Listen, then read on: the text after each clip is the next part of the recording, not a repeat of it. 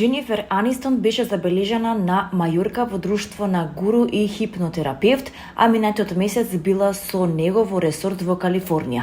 Актерката и гуруто се следат на Инстаграм повеќе од 2 години, а Џенифер неодамна откри дека одела на хипноза најверојатно кај него.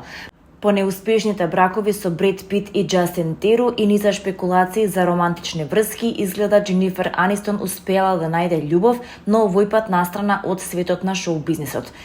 56 годишната актерка го прослави 4 јули, денот на независноста на САД, во друштво на згоден гуру, кој е популарен на Инстаграм. Џенифер беше забележана на Мајорка со Џим Куртис, кој за себе вели дека е лајф коуч за трансформација како и хипнотерапевт. Пред да влезат во автомобилот, се гледа како Џенифер го запознава Џим со актерот Џејсон Бейтман, кој и е добар пријател. Според изворите на Daily Mail, отаму сите се упатиле на забава на јахта. Адвокатите на американскиот музичар Шон Диди Компс денес предложија изрекувањето на пресудата да биде закажано за 22 септември, откако минатата недела беше осуден за транспорт на проститутки за сексуални односи под влијание на дрога, објави TMZ, пренесува Тан Јук. Обвинителите рекоа дека Компс може да се соочи со затворска казна од 51 до 63 месеци, според федералните упатства за изрекување на казна, додека одбраната рече дека истите упатства препорачуваат 2-годишна казна. Судијата не е должен да ги следи упатствата, а двете страни можат да предложат различни услови, додека Компс може да побара од судијата да ја поништи неговата казна. Во писмо до американскиот окружен судија Арун Субраманијан, кој го нагледуваше судењето на Компс во Менхетен, адвокатот Марк Анифило рече дека обвинителите немаат забелешки за датумот со одобрение од неговиот службеник за условна казна.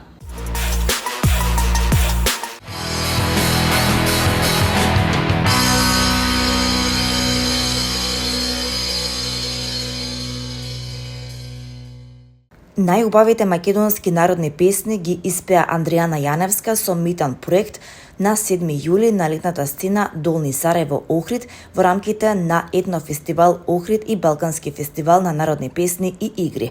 Андријана Јаневска е повеќе страна успешна музичарка и професор, но една од работите во која кај публиката омилена се народните песни ги пее како за неа да се напишани.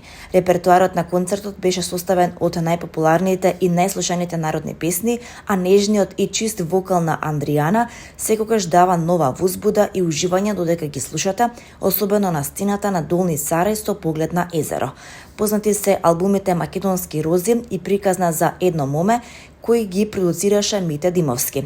Првиот албум Македонски рози е издаден во 2008 година и во државите на поранешна Југославија е продаден во над 300.000 примероци.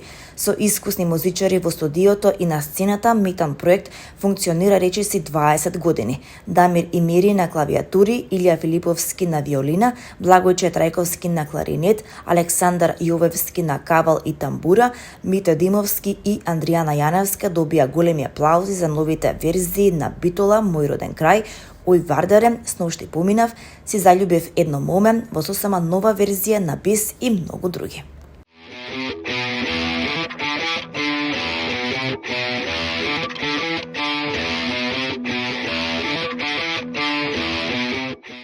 Една од најголемите македонски звезди, Владо Јаневски, има нов сингл. Штом сум среќна е насловот на песната со интересен текст за девојките кои му приоѓаат после концертите. Овој сингл е најава за неговиот концерт на 8 август на Античкиот театар во Охрид.